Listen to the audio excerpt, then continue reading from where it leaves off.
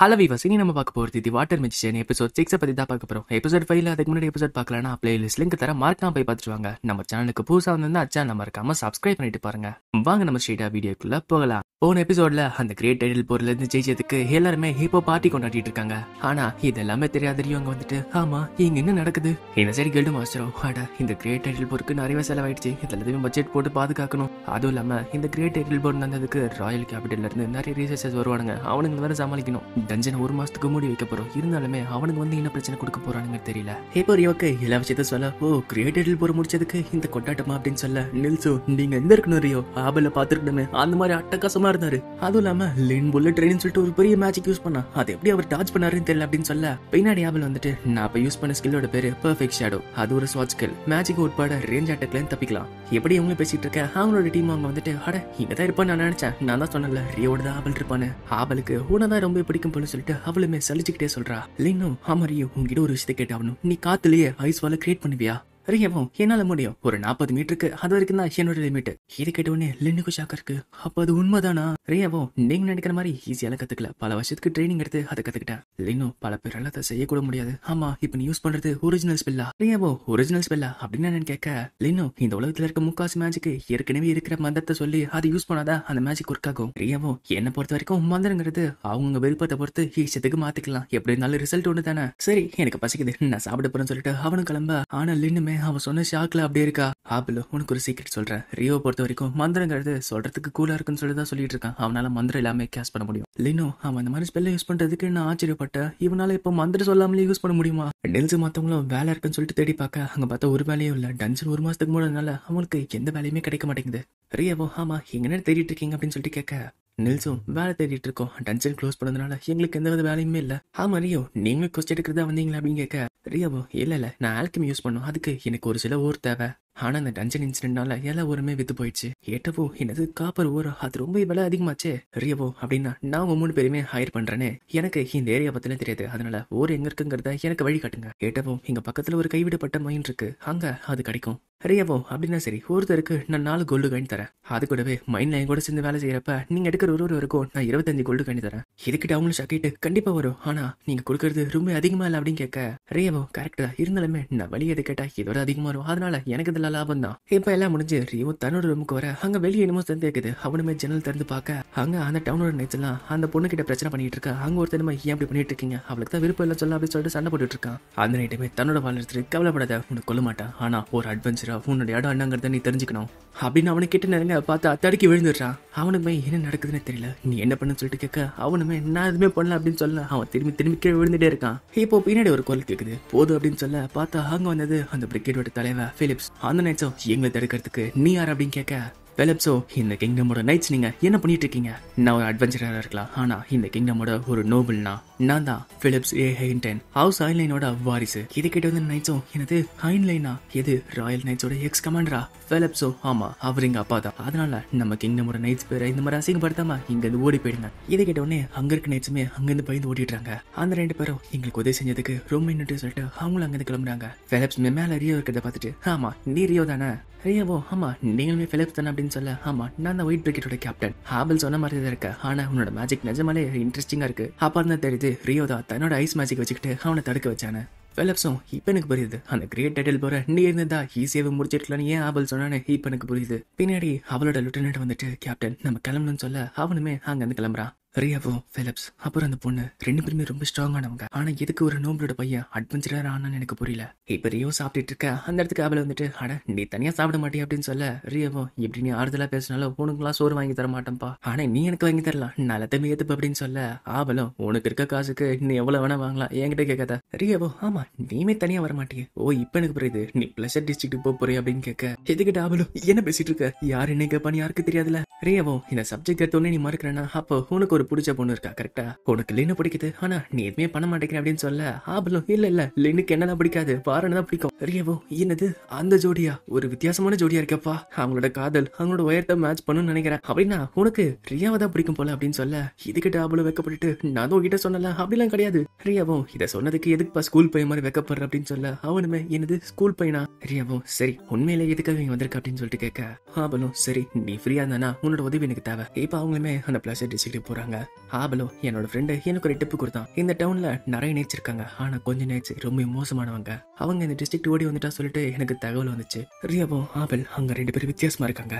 ஆபலும் இந்த டவுன்ல ஒரு டஞ்சன் இருக்கு, அதனால அப்பப்ப டிராவலர்ஸ் வருவாங்க தான். ரியாவும் கரெக்ட் தான், ஆனா இப்போ டஞ்சன் மூடி இருக்கு, டிராவலர்ஸும் வரது கிடையாது. அதனால அவங்க 2 பேரை இவங்க ஃபாலோ பண்ணிட்டு போயிட்டு இருக்காங்க. ரியாவும் அட எல்லாமே காலியா இருக்குன்னு சொல்லிட்டு பாக்க பின்னாடி அவன் அட்டாக் பண்றாங்க. ஆனா ரியோவுமே அதை தடுத்துடுறான். அவனுக்கு பின்னாடி இனிமே 3 பேர் தாக்க ரியோவுமே ஒரு ஐஸ் பாலை வச்சுக்கிட்டு அவங்கள ஈஸியாவே மயக்கடிக்க வச்சிடறான். நம்மள ஒரு டிராப்ல விளை வைக்கிறேன்னு சொல்லிட்டு இந்த மாதிரி வந்து மாட்டிக்கிட்டானுங்களே. ஆபலும் இது நீயா இருக்க எப்படியாச்சு, இல்லைன்னா என்ன நடந்திருக்கும். அட இது ஒரு ஆல்கெமிக்கல் டூல் தானே அப்படின்னு சொல்ல ரியாவோ இது ஆல்கெமியா எனக்கு வேணும் அப்படின்னு சொல்ல ஆபலும் கண்டிப்பா நடக்காது, இது ஒரு எவிடன்ஸ், இதை நான் கொடுத்தாவணும்னு சொல்லிட்டு அவனை அதை எடுத்துட்டு போயிடுறான். இவங்க எல்லாருமே ஆண்டலிவே கேபிட்டல்ல சேர்ந்த அட்வென்ச்சரர்ஸ். சரி இந்த விஷயத்துல டவுன் கார்டு பார்த்துப்பாங்க, அவங்க கிட்ட இவங்களை ஒப்படைச்சிடலாம். அப்படி இந்த சைடு பார்த்தா பிலிப்ஸ் போய்கிட்டு இருக்க. அவனுக்கு பின்னாடி இவன் வெரைட்டி விட்ட நைட்ஸுமே என்ன அசிங்கப்படுத்துறா, இவனுக்கு ஒரு பாட கத்தவனு சொல்லிட்டு பிலிப்ஸ் அட்டாக் பண்ண போறாங்க. பார்த்தா அவங்களுக்கு பின்னாடி பிலிப்ஸோட லிeutenant வந்துட்டு அவங்கள தாக்குறா. அங்க இருக்க நைட்ஸ் இருக்கிற தடையும் தெரியாம அவங்கள பூசு கேட்டுறா. முன்னாடி போன பிலிப்ஸும் நல்ல வேலை செஞ்ச சென்னா. அடுத்த நாள் அந்த கில்டி மாஸ்டர் சொன்ன மாதிரி அந்த டஞ்சனை இன்வெஸ்டிகேட் பண்றதுக்கு நிறைய ரிசர்ச்சர்ஸ் வந்துட்டாங்க. கில்டி மாஸ்டர் என்ன பண்ணிட்டு இருக்கீங்க, இங்க இருக்க டஞ்சனை ஓபன் பண்ணணுமா, அதுக்கெல்லாம் வாய்ப்பே கிடையாது. அவங்களுமே கில்டி மாஸ்டர் பொறுமையா கேளுங்க, நாங்க ராஜாவோட ஆர்டரோட வந்திருக்கோம், அதுவும் இல்லாம இந்த இடத்த யூஸ் பண்றதுக்கு எங்களுக்கு ஃபுல் அத்தாரிட்டி இருக்கு. இதை பார்த்து அந்த ரிசர்ச்சர் ரேட்டும் நான் இங்க இருக்க சாப்பாடு உங்களுக்கு கேட்காம எடுத்ததுக்கு என்ன மன்னிச்சிருங்க, பக்கத்துல இருக்க டவுன் கிட்ட இருந்து நாங்க அதை வாங்கிக்கிறோம். பக்கத்துல அவரோட ரெஸ்டாரண்ட்டும் சாப்பாடுக்கு இப்ப பிரச்சனை இல்லை, ஆனா டஞ்சனை ஓபன் பண்ணியே ஆகணும். அந்த கில்டு மாஸ்டரும் சரி லோனோட டஞ்சனோட நாங்க ஓபன் பண்றோம், ஆனா அட்வென்ச்சர்ஸ்கோ இல்ல எந்த அசம்பாவிதம் நடந்தாலுமே அதுக்கு நீங்க தான் பொறுப்பு எடுத்துக்கணும். இதுக்கு நீங்க ஒத்துக்கலன்னா டஞ்சன் மூடியர். அந்த இடமே சரி நடக்கிறது நடக்கட்டும், நாங்க ஒத்துக்கிறோம், எங்க பொறுப்புனால எங்க இஷ்டத்துக்கு நாங்க அட்வென்ச்சர்ஸை பிக் பண்ணிக்கலாம்ல. கில்டு மாஸ்டரும் அது அட்வென்ச்சர்ஸை பொறுத்து, அதுவும் இல்லாம உங்ககிட்ட ஒரு வார்னிங் கொடுத்துக்கிறேன், கிரேட் போர் நடந்த அப்புறம் டஞ்சன் எந்த நிலைமையில இருக்குங்கிறது யாருக்குமே தெரியாது. இப்போ ரியாவும் ஆபலோட இடத்துக்கு போவா. ஆடா இதான் ஆபல் தங்குற இடம்ல, இந்த இடத்துல கேஃபேட்டீரியா நல்லா இருக்கும், நான் வயிறு மட்டும் சாப்பிட போறேன் அப்படின்னு சொல்ல அந்த இடத்துல இருந்து ஒரு பொண்ணு ஓடி நீங்க ஒரு அட்வென்ச்சர் தானே, நான் அட்வென்ச்சர் கில்டு அவசரமா போனோம், அதுக்கு எனக்கு ஹெல்ப் பண்ணுங்க அப்படின்னு சொல்ல ரியாவோ அட இல்லம்மா நான் சாப்பிட போறேன் அப்படின்னு சொல்ல அவளுமே கையை பூச்சி வலிச்சுன்னு கூட்டு போயிட்டு இருக்கா. அந்த பொண்ணு ஒரு லெட்டர் அவள்கிட்ட கொடுத்துட்டு ப்ரொஃபசர் ஹில்டகார்டு கிட்ட இருந்து இது வந்திருக்கு அப்படின்னு சொல்ல லினோ என்னது ஹில்டகார்டு கிட்ட இருந்து வந்திருக்கா. ஆபல் அதை படிச்சு பார்த்துட்டு அவர் என்ன சொல்லியிருக்காருன்னா கோட் மியூசிஷியன், அதாச்சு இங்க வர ரீசர்ச்சருக்கு நம்ம பாதுகாப்பு கொடுக்கணுமா. ரியாவோ அதான் டஞ்சனை க்ளோஸ் பண்ணிட்டாங்களே அப்படின்னு சொல்ல ஆபலும் அதெல்லாம் பெரிய பாலிடிக்ஸ் பா, அவங்க நினைச்சா மூடுவாங்க நினைச்சா துறப்பாங்க. ஒரு கிரேட் டைட்டில் போருக்கு அப்புறம் டஞ்சனையே க்ளோஸ் பண்ணாங்கன்னா 10 வருஷத்துக்கு முன்னாடி ஒரு ஏ ரேங்க் பார்ட்டி அந்த டென்ஷனுக்குள்ள போனாங்க, ஆனா அவங்க திரும்பி வரவே இல்லை. அந்த ஏ ரேங்க் பார்ட்டி மட்டும் கிடையாது, அவங்களோட லீடர் ஒரு எஸ் ரேங்க் அவனுமே திரும்பி வரல. புரியுற மாதிரி சொல்லணும்னா கிரேட்டர் போருக்கு அப்புறம் டஞ்சன் எந்த நிலைமையில இருக்குங்கிறது யாருக்குமே தெரியாது. ரியாவோ அப்படின்னா அந்த பக்கம் போகாம இருக்கிறது நல்லது, சரி நான் சாப்பிட போனோம் அப்படியே வட்டா அப்படின்னு சொல்லிட்டு போவ. ரியாவோ ஆமா உன்னோட பேர் என்னன்னு சொல்லிட்டு கேட்க அந்த பொண்ணுமே என்னோட பேரு நடாலி ஷ்வார்ட்ஸ்காஃப். லினோ என்னது ஷ்வார்ட்ஸ்காஃபா, இந்த கிரேட் மெஜிஷியன் ஃபேமிலி சேர்ந்தவங்களா. அந்த நடாலி பொண்ணுமே ஆமா ஆனா நான் அந்த அளவுக்கு ஒரு பெரிய வாட்டர் மெஜிஷியன் கிடையாது. லினோ நட்டாலி காத்துல தூரத்துல இருந்து ஒரு பெரிய ஐஸ் வால கிரியேட் பண்ண முடியுமா உங்களால. நட்டாலியும் இல்ல அந்த மாதிரி ஒரு மேஜிக்க நான் கேள்வி கூடப்பட்டது கிடையாது. ஆபலோ என்னாச்சு இல்லன் இன்னுமே சந்தேகப்படுறேன் அப்படின்னு கேட்க அந்த மாதிரி ஒரு மேஜிஷியனை நான் கேள்வி கூடப்பட்டது கிடையாது. நட்டாலியோ அப்படின்னா அந்த மாதிரி ஒரு மேஜிக் நிஜமாலே இருக்கு அப்படின்னு கேட்க ரியாவும் இப்போ உனக்கு வழி காட்டினால அவன் பேரையோ அவனால அந்த மேஜிக் யூஸ் பண்ண முடியும். ஆபலோ நம்ப முடியல, இருந்தாலுமே அது உண்மைதான், இது ஒரு நல்ல வாய்ப்பு, அதனால உங்ககிட்ட ஒரு வார்னிங் கொடுக்குறேன், உங்களை யாருமே ரியோ கூட சண்டை போடக்கூடாது. எனக்கு ஒரு ஃபீலிங் இருக்கு, நம்ம 4 பேருமே ஒன்னா சேர்ந்து அவன் கூட சண்டை போட்டாலுமே அவனுக்கு மேட்ச் கிடையாது. ஒருவேளை அவனை ஏத்து சண்டை போடுற மாதிரி நிலைமை வந்துச்சுன்னா உடனே சரண்டர் ஆயிடுங்க. அவனை பத்தி நல்லா தெரியும், அவன் உங்களை யாரையும் கொலை பண்றான், இருந்தாலுமே சரண்டர் ஆயிடுங்க. அப்புறம் நட்டாலி உனக்கு ஏதாச்சும் ஒரு உதவி வேணும், நாங்க அப்ப இல்லனா நீ ரியோவை கேட்கலாம், அவன் எப்பவுமே லைப்ரரியில இருப்பான், அப்படி இல்லைன்னா அட்வென்ச்சரஸ் லாட்ஜ்ல ரூம் 10ல இருப்பான். இப்போ அந்த டஞ்சன் உள்ள போறதுக்கு எல்லாருமே தயாராகிறாங்க. அந்த இடமே இந்த டிவைஸோட பேரு மானா ரெசிடியல். இதை வச்சுக்கிட்டு டஞ்சன் உள்ள ஏதாச்சும் வித்தியாசமான மானா கிடைச்சதுன்னா அது வெளியே இருக்க நம்ம டீமுக்கு டிரான்ஸ்மிட் பண்ணும். ஆபலோ அட ஆல்கமியால இந்த மாதிரி விஷயத்துல பண்ண முடியுமா அப்படின்னு கேட்க அவருமே உனக்கு ஆல்கமி பிடிக்குமா, இந்த மாதிரி விஷயத்துல உனக்கு இன்ட்ரெஸ்ட் கிடையாது அப்படின்னு சொல்ல ஆபலோ எனக்குலாம் இன்ட்ரெஸ்ட் இல்ல, என்னோட ஃப்ரெண்டுக்கு அதுல ஒரு இன்ட்ரெஸ்ட் இருக்கு. ஆபலோ அட உனக்கு ஃப்ரெண்ட்ஸ் எல்லாம் இருக்காங்க அப்பா அப்படின்னு சொல்ல ஆபலோ பின்ன எனக்கு ஃப்ரெண்ட்ஸ் இல்லாம எனக்குமே ஃப்ரெண்ட்ஸ் இருக்காங்க தான். அவரும் ஆபல் நீ ஒரு அட்வென்ச்சரா ஆனது ஒரு நல்ல விஷயம் தான் போலல. ஆபலோ சரி எல்லாருமே இப்போ உள்ள போவோம், சொன்ன மாதிரியே 3rd லேயர் மட்டும் தான் நம்ம போறோம். இப்போ ரியோ சொன்ன மாதிரியே அவங்களுக்கு காசு கொடுக்க என்னது இவ்வளவு அப்படின்னு சொல்ல ரியோவோ ஆமா நம்ம இவ்வளவு எடுத்திருக்கோம்ல அதனால அதுக்கு ஏத்த சன்மானம். கேட்டவும் இதுக்குள்ள டஞ்சன் திறந்துட்டாங்களா எனக்கு ஆச்சரியமா இருக்கு அப்படின்னு சொல்ல ரியோவோ ஆமா ஆனா டி ரேங்க்ல அதுக்கு மேல இருக்க அட்வென்ச்சர்ல மட்டும் தான் உள்ள போக முடியும். இந்த சைடு அந்த எக்ஸ்பெடிஷன்ல ஆபலுமே 3 நாளா நம்ம 7 லேயரை கவர் பண்ணிட்டோம், இருந்தாலுமே எதுவுமே வித்தியாசமா நடக்கல. இந்த 7 லேயர்ல ஒரு மான்ஸ்டர் கூட நம்ம கண்ணுல படல. அந்த ஐட்டம் வெளியே இருக்க டீம் நம்மளோட ரீடிங்ஸ் ரீட் பண்ணிட்டு இருக்காங்க, எந்த வித்தியாசமான விஷயமும் நடக்கல. ஆபலும் அப்ப நம்ம இனிமே ஆழமா போனால ஆனா எதுக்காக அந்த ரீசர்ச்சர்ஸ் இவ்வளவு அவசரப்பட்டு இருக்காங்க. ரியாவோ அவங்க ஒரு தியரியில வேலை செஞ்சுட்டு இருக்காங்க, 38 லேயர் கீழே இருந்து தான் கிரேட் டைட்டில் போர் ஆரம்பிக்கும்னு சொல்லிட்டு அவங்க தியரைஸ் பண்ணிட்டு இருக்காங்க.